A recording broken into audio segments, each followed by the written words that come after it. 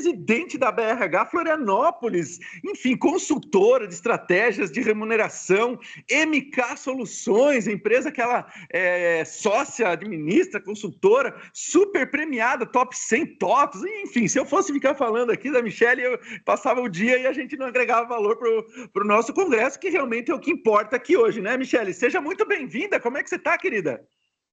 Tudo bem, tô bem. Bom, prazer estar aqui para poder compartilhar conteúdo nesse evento que também quer educar, né? Então, acho que a gente tem um princípio que corrobora aqui entre todos nós, que é gostar de educar e de educação. É por aí que a gente começa, né? Uma sociedade melhor, um ambiente de trabalho mais justo para todo mundo também. Então, para a gente começar a entender dessa nossa jornada aqui da entrevista, inteligência salarial, entender um pouco mais desse assunto, o que eu imagino? A gente fala sobre salário, tá? Hoje é sobre salário, entender como que as empresas se posicionam, de onde que vem esse número mágico, né? Se a decisão é baseada pelo mercado, se o CEO é quem fala o orçamento, como que é esse posicionamento das empresas, quem se posiciona acima, quem se posiciona abaixo, então, entender um pouquinho disso daí. Se eu puder dar uma introduzida sobre tudo que a gente pode estar pensando, seria bem interessante para a gente já direcionar a nossa conversa. Tá bom. Bom, é um ambiente bem amplo, né, quando a gente fala de remuneração. E eu achei a provocação muito interessante porque remuneração não é só salário. Eu costumo sempre dizer nos planos de remuneração estratégica que eu construo junto com o meu time aqui, que o colaborador não vai embora da empresa por causa do salário, ele vai embora da empresa por outras coisas. Mas quando a gente fala de construir remuneração, a gente não fala de algo que sai do nada, a gente não fala de algo que sai de uma mentalidade. A gente fala de algo construído com base em dados, em pesquisas salariais, que são aplicadas para cada mercado, olhando o tamanho de empresa, olhando complexidade, olhando entrega de negócio. Então, a gente precisa olhar para isso. Por onde que a gente começa? Primeiro, olhando para onde que a empresa está, como que ela quer ser vista no mercado. A partir do momento que ela diz como que ela quer ser vista, eu quero ser vista como uma empresa que a gente de meritocracia, eu quero ser vista como uma empresa competitiva. Eu vou precisar usar regras de remuneração desses dados extraídos dessas pesquisas salariais de grandes corporações que fazem aí esse mercado de pesquisa, olhar para um lugar e uma competitividade. Quando a gente fala de remuneração, a gente fala de dados que são posicionados em estatística, então aqui é conta mesmo. Então, a gente chama de primeiro quartil, mediana e terceiro quartil. Primeiro quartil, quem fica? Empresas mais conservadoras, empresas que têm mais facilidade de contratação de mão de obra, que não tem sido uma realidade no nosso estado, né? Temos aí um pleno emprego, mas a gente pode falar depois também. E numa mediana de mercado, empresas que já começam a querer trabalhar com competitividade, com equilíbrio de mercado, não perder seus colaboradores, saber o quanto a gente está remunerando. E terceiro quartil, então, são salários maiores e empresas que, de fato, já trabalham meritocracia com muito mais presença. Quer dizer que a gente pode ter numa mesma estratégia de remuneração as três coisas. Para quem eu tenho mais facilidade de contratar, eu posso colocar e posicionar num primeiro quartil, ou dependendo da minha realidade de mercado, quando eu estou indo para o interior do estado, porque aqui no litoral a gente tem valores maiores do que no interior do estado, então as empresas, porém, trabalho remoto, a pessoa pode trabalhar de qualquer lugar, mas dependendo da atividade que a empresa tenha, ela pode se posicionar assim. Na mediana de mercado, a gente já está falando de empresas que eu posso posicionar, então eu posso construir toda a minha estratégia, se eu quero ser uma empresa convidativa, com mediana de mercado. E tem cargos que eu tenho mais dificuldade de contratar, cargos que estão mais escassos no mercado, ou que para mim tem muito mais valor, porque depende de cada negócio. Eu vou trabalhar um terceiro quartil porque eu não quero perder essas pessoas. Então, são pessoas que estão sendo vistas no mercado e muito bem remuneradas. A gente teve, no meio de tecnologia aí, nas startups, a gente teve um boom disso, né? Uma bolha que hoje já se estourou, mas ela tinha essa bolha que tinha que se pagar muito. A gente via pessoas pagando por um desenvolvedor júnior, o que era equivalente a um pleno. E aí ele tinha acabado de começar a programar, não era um programador experiente, mas não tinha para contratar. A gente vive um cenário de pleno emprego no nosso estado e hoje para todas as áreas, não somente para tecnologia. A tecnologia, a gente hoje perde muito para o mercado internacional. Então, a gente tem pessoas remunerando em euro, em dólar, enquanto a gente aqui está remunerando em reais. Uma moeda que perto de um euro e de um dólar tem aí um decréscimo de até 5 vezes o valor da moeda. Então, às vezes eu estou pagando 10 mil, o cara está pagando 10 mil dólares. A gente está falando de 50 mil reais, né? Então, estamos falando de divergências aí. E aí tudo depende, quer dizer que as pessoas vão ficar? Não, quer dizer que tem mercado para todo mundo. Mas a gente vai precisar ser estratégico. E 2026 é um ano de estratégia, realmente. Bom, Michele, a gente percebe que essa escassez de mão de obra, ela aumenta os salários. A gente, né, para conseguir encontrar pessoas, a gente vai precisar pagar mais para conseguir captar. Mas o que acontece quando existe sobra de mão de obra? Os salários diminuem, a inflação que vai comendo? Como se posicionar, aproveitar, surfar uma onda para conseguir as melhores oportunidades, né, em dois cenários que a gente sabe que os altos e baixos do nosso país eles são constantes, né, e são Sim. com cada vez uma frequência maior. Então, existe estratégia para aproveitar isso? O RH tem que estar atento a esses momentos que o país vive? Bom, eu sempre falo assim: se eu tenho excesso de mão de obra para contratar, se a minha estratégia não é ser uma empresa meritocrática, eu posso utilizar de salários menores. Mas se a minha intenção é ser uma empresa meritocrática, de crescimento contínuo, de autodesenvolvimento, não é estratégia eu reduzir. E aí, às vezes, acontece de eu criar, usando uma redução, programas de trainee para que eu desenvolva. Isso tem sido uma estratégia, inclusive, que algumas empresas têm feito para poder produzir profissionais. Então, elas vão até as universidades, vão até os ensinos médios e elas fazem ali um desenvolvimento de um programa de aprendizagem para que elas possam preparar esses profissionais para o futuro para que ela possa contratar. Essa sim tem sido uma estratégia. O inverso não é comum, né? Tô vendo que tem excesso, agora eu vou reduzir. O que que acontece? Geralmente, quando a gente regula o mercado, quem está muito excessivo, automaticamente o próprio mercado se regula. Aconteceu com a tecnologia.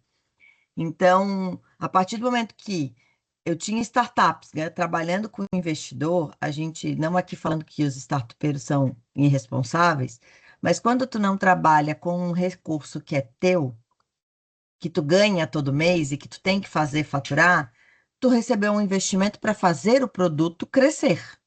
Então, o investimento está focado no crescimento do produto. Geralmente, startups, se não tem essa visão de alguém que já saiu de um meio empresarial, elas pagam muito bem.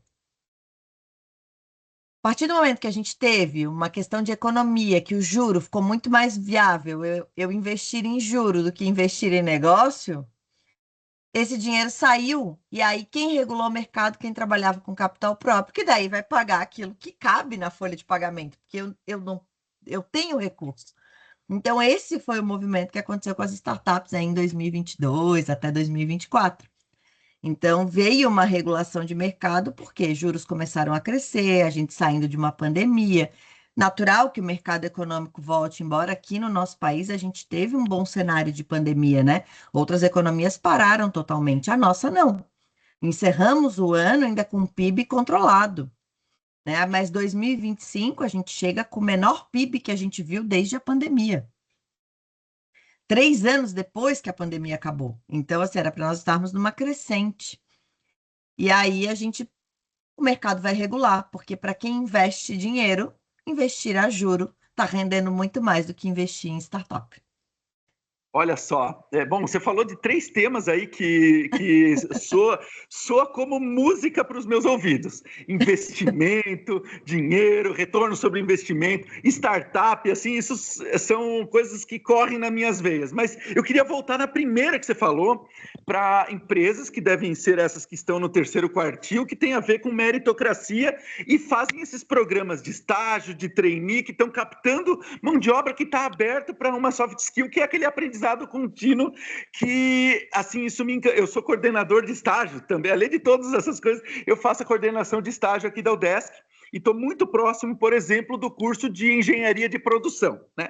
E quando você me fala sobre essas estratégias de empresas, de cara me vem a VEG na cabeça. A VEG tem um programa de estágio que é, assim, dos que mais me chama a atenção, não só pelo plano que eles trabalham com os nossos egressos, com os nossos alunos que estão finalizando ali a engenharia, que para nós a gente trata como filhos, né? Então, quem quer fazer um merchandisingzinho, quem quer ganhar bem na indústria, vem estudar engenharia de produção aqui em São Bento do Sul com a UDESC. E além da profissão estudante que ganha para estudar, pode estar aí achando as melhores vagas do mercado. Como, por exemplo, esse caso da VEG, que eu vejo ser um dos grandes exemplos, até para servir de inspiração para as empresas conseguirem achar essas mãos de obra especializadas e lógico, com o objetivo de manter essas pessoas, né, se der certo no plano de estágio ali, na sua corporação. E eles têm se transformado, Michele, nos grandes gestores das grandes indústrias automotivas. Eu tenho percebido isso. Recentemente eu conversei com mais de 100 egressos nossos. E as posições que eles têm ocupado aí nas empresas é de alta confiança na qualidade de trabalho que eles têm realizado. E eu queria abordar um pouco mais essa questão de plano de entrada na empresa, né? A VEG ela paga R$ 4.000 para o estagiário. Isso já nivela por cima todo o resto, né? A gente fica imaginando, nossa, se o estágio ganha 4.000, imagina os gerentão, né? Imagina quando eu virar um CLT da Imagina VEG. quando... Então, esse posicionamento, né, que a empresa consegue conquistar nessa estratégia, ela dá resultado para a empresa. Eu imagino que sim. Ela dá muito resultado para a empresa, porque, principalmente, não só por remunerar melhor, mas porque ela pensa na sucessão. Então, quando a gente fala de eu não gosto de falar de plano de cargos e salários, eu sempre uso remuneração como estratégica. Por quê? Porque ela é uma das estratégias.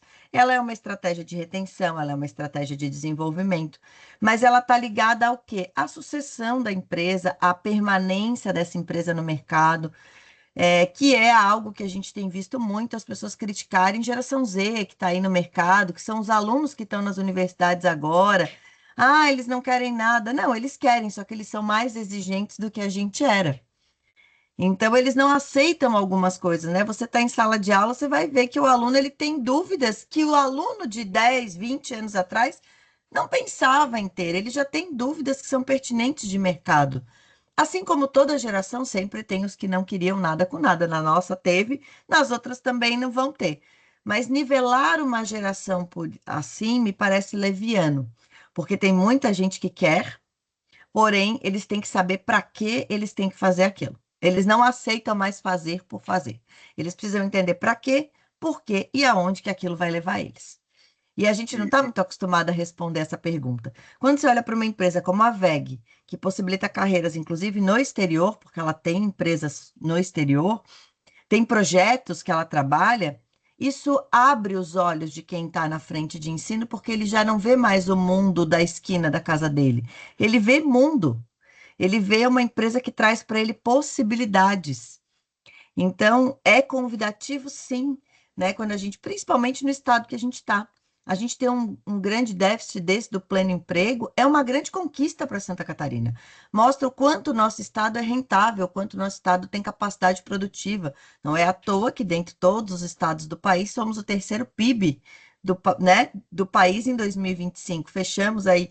E nós não somos o maior estado do país, né? Tem muitos estados muito maiores que nós. Mas a gente é uma capacidade produtiva em todas as frentes, a gente tem multiplicidade de atividades aqui, tecnologia, indústria, agro, a gente tem uma grande fartura. Então, Quando a gente olha para esses universitários, a gente acaba sendo convidativo, construindo um plano de sucessão que o engenheiro por si só ganha R$ 4.000 e é natural. Isso não é só uma questão da VEG. Se a gente olhar aqui para uma Engie, olhar para umas outras empresas, uma Intelbras, eles também têm valores assim para o pessoal da engenharia. Mas tem outras empresas remunerando também, mas tem outras empresas construindo um plano do para quê, do porquê e aonde que eu posso chegar. Então, isso traz solidez. E aí eu volto naquilo que eu falei quando eu comecei. A pessoa não fica na empresa só pelo salário. Ela fica quando ela entende o porquê que ela está ali. Eu tenho até uma perguntinha anotada aqui que a gente vai abordar de forma geral, inclusive considerando essas tuas falas, Michele, que é a seguinte: tem algumas vagas que demoram muito para fechar. Tem a ver com salário ou tem mais a ver com propósito, alinhamento de propósitos? O que que eu vou te dizer? Depende, né? A resposta que todo advogado gosta de dar. Depende. Por quê? Depende de como que está isso no mercado. Então, é muito importante que eu construa uma clareza de remuneração para saber um projeto de remuneração, um diagnóstico, para eu saber quanto o mercado está pagando naquela posição que eu estou oferecendo. Pode ser que eu não esteja conseguindo contratar porque eu estou pagando abaixo do mercado. E aí, quando eu falo de um estado que as pessoas podem escolher, e nesse momento elas estão podendo escolher, bons profissionais estão podendo escolher, eles começam a olhar aonde que é melhor para eles. É, e aí, nem sempre vai ser salário, porque ele vai olhar salário, ele vai olhar cultura e ele vai olhar o que que tu está propondo naquele lugar. Existe flexibilidade, existe um ambiente acolhedor, existe possibilidade de desenvolvimento. Então, assim, eles vão para uma entrevista e eles já perguntam. Tá, vocês têm plano de carreira aí dentro? A gente não fazia essa pergunta, né? A gente entrava. Vocês valorizam saúde mental? Porque para eles isso é uma coisa que eles valorizam. Então, não é só salário, mas se eu não souber quanto o mercado paga, pode ser que eu esteja demorando para fechar a vaga, porque eu não estou analisando dados que eu deveria analisar. E não é uma pesquisa assim. Ai, deixa eu jogar lá no Glassdoor, deixa eu pesquisar nos sites de vagas quanto que estão oferecendo. Não é sobre isso, é sobre eu olhar pesquisas reais. Porque quando eu olho num Glassdoor, de repente, para a tua empresa, a vaga que eu tenho aqui pode ser muito necessária. Então, tu vai oferecer 3 vezes mais do que eu estou oferecendo. Mas no meu negócio, ela é apenas uma atividade back-office. Então, eu não vou oferecer 3 vezes mais. Eu vou oferecer o que o mercado oferece. Então, a gente também conhecer o negócio. Então, isso é bem importante. Eu até agora estava pegando leve, vou começar a aprofundar um pouco mais as perguntas, tá? E usar um pouco de filosofia também, porque a gente tem que refletir sobre coisas novas que têm acontecido, como essas perguntas, né? Há 20, 30 anos atrás, a gente não perguntava sobre plano de carreira, felicidade, a gente só ia, né? Mas dessa forma, eu vejo que o orçamento baseado em mercado para uma vaga específica, ela considera os critérios de uma vaga, né? O que a gente quer para aquela vaga, aquelas skills, sejam elas técnicas ou socioemocionais e tal, beleza. Mas o que eu tenho percebido, tá? E aí a parte que talvez eu aprendi usando muito o Talent Ads que a gente tem na experiência, né? Para ajudar os alunos, para ver posicionamento salarial, vagas, quanto que elas podem pagar, mas também o currículo, quanto que esse currículo vale, e tentar fazer esse encaixar das oportunidades, né? Eu percebo que muitas vezes a vaga e aquelas skills que ela precisa vale lá R$ 5.000. Mas o candidato, ele tem um currículo que ele estudou muito mais do que aquelas skills necessárias para a vaga.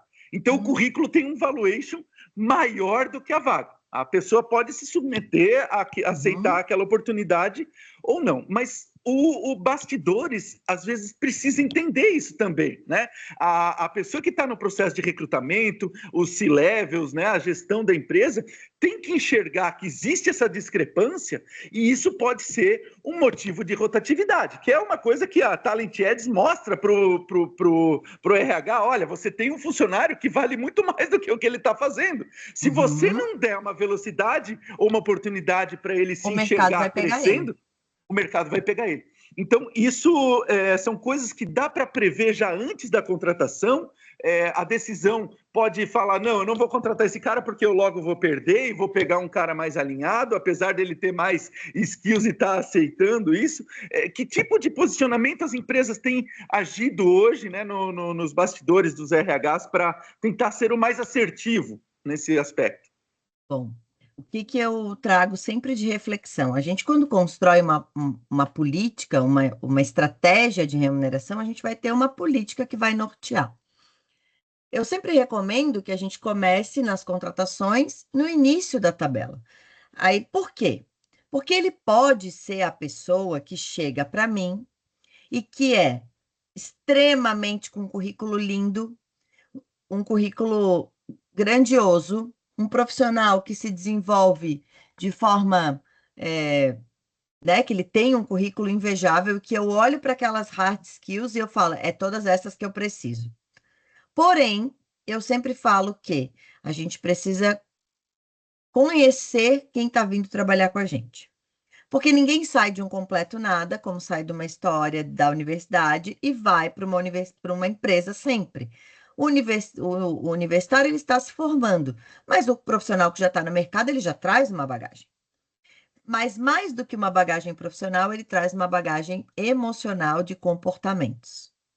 E aí, aqui, nessas falas que você tem, a gente tem a máxima de contratamos pela competência e demitimos pelo comportamento. Então, o que eu sempre falo? Uma coisa é quando eu vou contratar. Quando eu vou contratar, ambos estão fazendo uma aposta. Se eu estou numa empresa e eu estou indo para outra, eu vou avaliar, conhecer a empresa, avaliar as notas dela, olhar se ela é uma GPTW, olhar se ela é uma empresa que participa aí dos prêmios, do Prêmio Ser Humano, que tem bons cases, como que é a cultura dela, o que os colaboradores dela falam na rede. Hoje as pessoas já fazem essas perguntas. E é para todo mundo que está no mercado, né? Então, quando eu olho para isso, eu sempre falo, vamos fazer uma aposta juntos. Eu consigo te trazer e a gente precisa de pelo menos 3 meses. Não é à toa que a lei trabalhista traz 90 dias de experiência. Porque nos 90 dias de experiência, ela não vai performar na plenitude do que ela entrega como cargo. Porque ela está conhecendo o ambiente, ela está conhecendo os processos daquele ambiente. Quando eu vejo gestores, essa semana eu tive um gestor que falou isso. Ah, não, eu botei uma pessoa aqui, a fulana vai trocar de cargo, mas em 30 dias ela vai treinar. Gente, alguém que ninguém treina em 30 dias. Você precisa de no mínimo 3 meses, porque por mais célere que seja a pessoa, que ela saiba fazer as coisas, ela não conhece aquela estrutura, ela não conhece aquele sistema do jeito que a gente trabalha. Porque podemos trabalhar com o mesmo sistema, mas eu trabalho de um jeito e você de outro, e vamos chegar no mesmo denominador comum. Então, eu preciso de 3 meses. E aí, depois desse terceiro mês, aí sim, essas pessoas começam a performar, porque elas já estão inteiradas, ou não. E aí eu posso fazer com ela a aposta de dizer, então, eu já sei que aí vem aonde a talent entra. Por quê? Porque a partir desse momento eu consigo mapear, eu já tinha um skill de saber, opa, essa pessoa tem oportunidades aqui. Eu preciso que o gestor provoque ela nas coisas certas para que ela apareça essas competências. Depois que passa isso, agora eu vou trabalhar só no fortalecimento que essas competências apareçam. Só que eu preciso ter clareza que se eu não retribuir na remuneração e ajustar o salário dela ao que o mercado paga, e aqui eu não estou falando de aumento por mérito, eu estou falando de apenas ajuste de enquadramento de mercado, eu tenho uma forte chance de perder essa pessoa, porque o mercado, bons profissionais são assediados pelo mercado todos os dias. O LinkedIn está aí para isso. Eu sou consultora e sou assediada pelo mercado para virar CLT. Imagina, e já faço isso há muitos anos, e, né? A gente é empreendedor. Então, e aí tu imagina quem é colaborador de empresas, o quanto não é assediado. Pelo menos uma vez por semana eu recebo 2, 3 vagas que eu vou olhar lá no LinkedIn de pessoas me convidando para participar de processo seletivo. Sim, os Então, headhunters estão muito ativos hoje, né? Talvez é um momento de mercado que está sendo vivido, mas esses momentos eles são cada vez mais frequentes. Agora, bom, você comentou um negócio que me chamou muito a atenção, que tem a ver com a reta final aqui da nossa conversa, da nossa entrevista, que eu tenho uma outra perguntinha que eu estou deixando para o final, a cereja do bolo, né? Que é muito dicas para os RHs, porque às vezes nem todos os RHs têm toda uma preparação, tem toda uma equipe com especialistas em remuneração, então estão usando muito plataformas, técnicas, né, inovadoras, IAs aí para ajudar nessas tomadas de decisão, mas a grande questão é, eu preciso atrair talentos, o mercado está competitivo e não é à toa que estão correndo atrás, mas quando que é que o dinheiro deixa de ser prioridade? Porque, principalmente em empresa menor, o orçamento é mais curto do que das maiores. E você falou de GPTW, né? Quer dizer, técnicas onde qualquer um pode estar lá mostrando o que é o bom da sua empresa, mostrando e transformando isso em histórico. Que outro tipo de dicas que você pode dar para quem vive com orçamento apertado, com pouca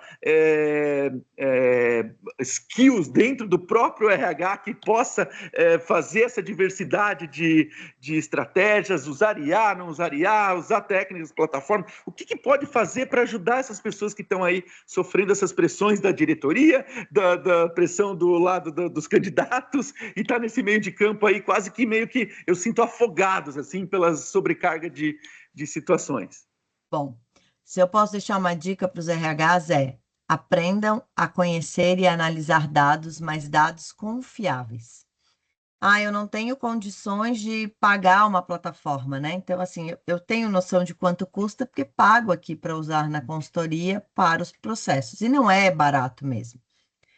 Mas se você encontra um consultor que pode te ajudar a te trazer pelo menos os dados e um diagnóstico de como está o seu mercado, de como a empresa está à frente, é a gente entender que talvez eu não vou competir, se eu sou pequena, eu não vou competir com salários como a WEG.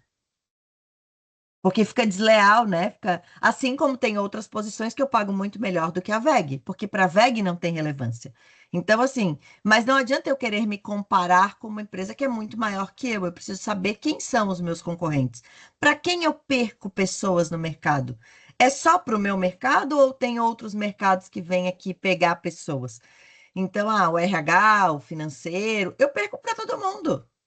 Porque tanto faz, o comercial. O comercial não é exclusivo de um segmento. Quem gosta gosta de comercial em qualquer empresa. Então, ele vai querer entender o produto. Então, primeiro, gostar de dados e saber aonde buscar dados confiáveis.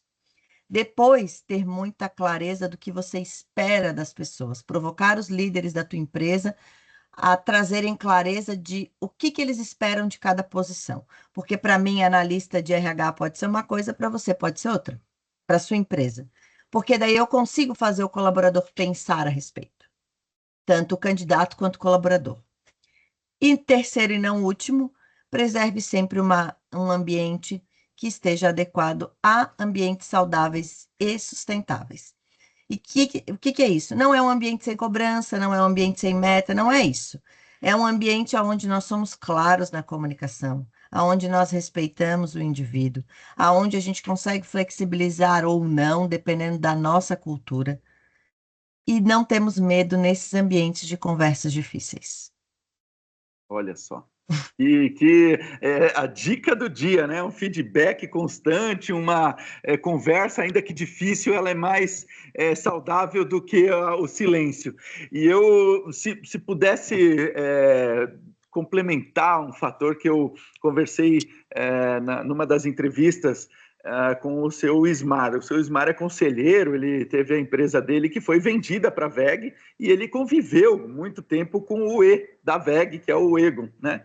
E ele falou muito claramente na entrevista dele sobre como o seu Egon conquistou o que ele conquistou com a WEG, que foi capacitando as pessoas. Então, se hoje a gente não está numa... Eu sinto que a gente não está num déficit de pessoas, a gente está num déficit de skills dentro da empresa. E se a gente não tem essas skills, a gente precisa desenvolver elas. Então, um programa de treinamento fazendo valuation dos currículos das pessoas que estão aqui dentro comigo, né? Exato. Então, talvez nos processos seletivos abrir a mente para conseguir essa skill de facilidade de aprendizagem, de vontade de aprendizagem, para essas pessoas estarem mais abertas, mas conseguir encontrar as pessoas de dentro da empresa que estão abertas a aprender e fomentar o aprendizado com essas pessoas. Talvez seja uma sacada também, né? Não sei se você Isso. concorda, para que a gente Concordo. consiga as skills. E eu complemento o que tu falou dizendo o seguinte: muito mais do que só olhar para as pessoas, porque isso é mais do que necessário, a gente olhar para as nossas lideranças. O último dado da Gallup sobre as nossas lideranças no país é preocupante, quando aparece que apenas 20% das nossas lideranças estão de fato preparadas para serem líderes de pessoas. Porque a primeira função do líder não é fazer execução e fazer o projeto acontecer. A primeira função do líder é gerir pessoas e o seu time fazer acontecer. E ser Então, inspirador, né? Tem que ser é. inspirador Ele, para que ele as tem que pessoas... olhar para pessoas, ele tem que ouvir a pessoa, ele tem que saber. Não é tarefa do RH saber como é que está alguém do meu time lá. Não, é tarefa minha como líder saber como a pessoa está, o que que ela precisa. Se eu não tenho ferramenta, se eu não sei, aí eu posso recorrer ao RH para que ele me traga ferramentas. O RH é responsável somente pelo time de RH, mas de ser o guardião disso e trazer ferramentas para as pessoas nas suas lideranças. O que mais acontece é os líderes que não querem esse papel de vilão, né? Porque parece que dizer não para alguém nos torna vilão da história das pessoas, mas no fim somos nós que somos, nos tornamos vilões da nossa própria história, porque mostramos a nossa incompetência como liderança. E a gente tem aí líderes que não estão preparados para isso, numa grande maioria. Sermos líderes transformacionais, um grande aprendizado para todos nós. E Michele Mari, muito grato da sua participação aqui no nosso Congresso Talent Intelligence Brasil. Os teus insights com certeza vão aí ser provocadores para todo esse ecossistema de RH. Eu sou muito agradecido. As tuas últimas palavras, então. Bom, as minhas últimas palavras é muito obrigada. Continuem a todos que estão aqui nesse evento e vão assistir, né, essa vastidão de grandes profissionais que vão falar aqui. Eu fiquei ali só olhando onde que eu vou olhar, para que as pessoas possam aprender que a educação é o que a gente tem de melhor para aprender e desaprender aquilo que a gente acha que sabe fazer. Muitíssimo obrigado. Então, até a próxima Até. entrevista. Tchau, tchau. Tchau.